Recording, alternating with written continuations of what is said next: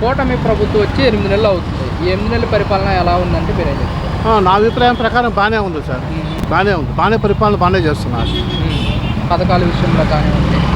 పథకాలు అంటే కొన్ని వాళ్ళు చెప్పిన వాటి కొన్ని పోస్ట్ పోన్ చేశారు కదా, తర్వాత చేస్తూ ఉన్నారు కదా పథకాలు.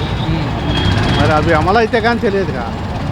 మొన్న సీఎం గారు కూడా మాట్లాడుతూ మన ఆర్థిక పరిస్థితి బీహార్ కంటే బాగా దిగజారిపోయింది, పథకాలు అమలు చేయడంలో కొంచెం టైం పడుతుంది, రాష్ట్ర ప్రజలు అర్థం చేసుకోవాలి. అవును, 100% కరెక్ట్ అది. ఎందుకంటే గత ప్రభుత్వం చేసిన పనులకి వీళ్ళు అనుభవిస్తున్నారు. అది మరి ఇప్పుడు పథకాలు ఇంప్లిమెంట్ చేసే గ్యాప్ వస్తుంది కదా, కొంచెం చాలా గ్యాప్ వస్తుంది. మరి ప్రజలకి మరి వ్యతిరేకత ఏమన్నా వచ్చే అవకాశం ఉంటుంది అంటారా?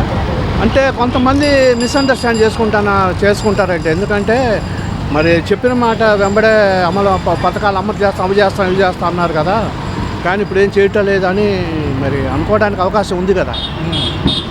మరి వైఎస్ఆర్ కాంగ్రెస్ పార్టీ చెబుతున్నమాట, మా ప్రభుత్వం అధికారంలోకి వస్తే ఈ పార్టీకి అన్ని పథకాలు ఇచ్చేవాళ్ళమే మేము అని చెప్పేసి, మీరేమంటారు? అది తప్పండి. వాళ్ళ పథకాలు ఏవో ఎంతసేపటికి బట్టలు నొక్కడమే కదా వాళ్ళు చేసిన పరిపాలన, అదేగా. ఇంకేమైనా పథకాలు ఏమున్నాయి వాళ్ళు చేసిన పథకాలు చెప్పండి?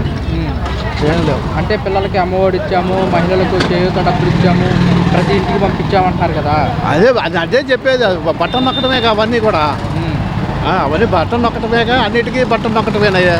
అవి పడ్డాయో లేదో అవిడికి తెలియదు. అది మరి ఇప్పుడు గత ప్రభుత్వంలో వాలంటీర్స్ వ్యవస్థ ఉండేది, అవును. ఈ కూటమి ప్రభుత్వంలో వాలంటీర్స్ వ్యవస్థ లేదు, మరి మీకు ఎలా అనిపిస్తుంది?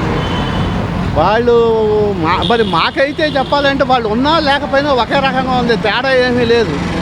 అబ్బే ప్రతి మామూలు మనకేమైనా పని కావాలంటే సచివాలయానికి వెళ్ళాల్సిందే. వాళ్ళు ఉన్నప్పుడు కూడా సచివాలయానికి వెళ్ళాము. అసలు వాళ్ళ ఇంటర్లోనే నాకు మా ఏరియాలో వాలంటీర్ ఎవరో కూడా తెలియదు, పేరు కూడా తెలియదు నాకు. అది మరి వాలంటీర్స్ కూడా అంటున్నమాట, మమ్మల్ని ఎన్నికల ప్రచారాల్లో కొనసాగించి వేతనం కింద 10,000 వేస్తామన్నారు, తీరా వచ్చిన తర్వాత మమ్మల్ని కొనసాగించట్లేదని చెప్పేసి అంటున్నారు, మీరేమంటారు? వాలంటీర్ వాళ్ళ ఎన్నికల్లో వాళ్ళు ఉపయోగించుకోలేదుగా. మన సుప్రీంకోర్టు అవి ఉపయోగించుకోకూడదు అని చెప్పింది కదా, చేయించుకోలేదు, ఉపయోగించాల.